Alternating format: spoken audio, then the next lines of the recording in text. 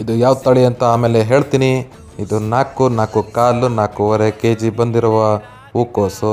ಜಾಸ್ತಿ ಆಯಂಗಿಲ್ಲ, ಜಾಸ್ತಿ ತಲೆ ಕೆಡ್ಸ್ಕೊಳಂಗಿಲ್ಲ. ಇಲ್ಲಿ ತೂಕ ಮಾಡ್ತಿದ್ದಾರೆ.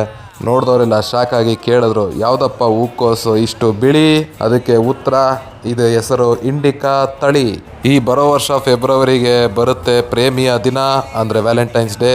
ಅದರಿಂದ ನಾನು ನಮ್ಮ ಸಿಂಗಲ್ ಬಾಯ್ಸ್ಗೆ ಕೊಡ್ತೀನಿ ಒಳ್ಳೆ ಐಡಿಯಾ. ಹೂಕೋಸನ್ನ ಇವಾಗ ನಾಟಿ ಮಾಡಿ ಅಲ್ಲಿವರೆಗೆ ಬಂದಿರುತ್ತೆ ನಮ್ಮ ಬಿಳಿ ರೋಜಾ. ಹುಡುಗಿ ಒಪ್ಕೊಂಡ್ರೆ ಫುಲ್ ಹ್ಯಾಪಿ, ಇಲ್ದೇರೆ ಗೋಬಿ ಮಂಚೂರಿ. ಇದು ನಮ್ಮ ಕಾಲಿಫ್ಲವರ್ ಇಂಡಿಕಾ 1.5 2 kg ಬರುತ್ತೆ.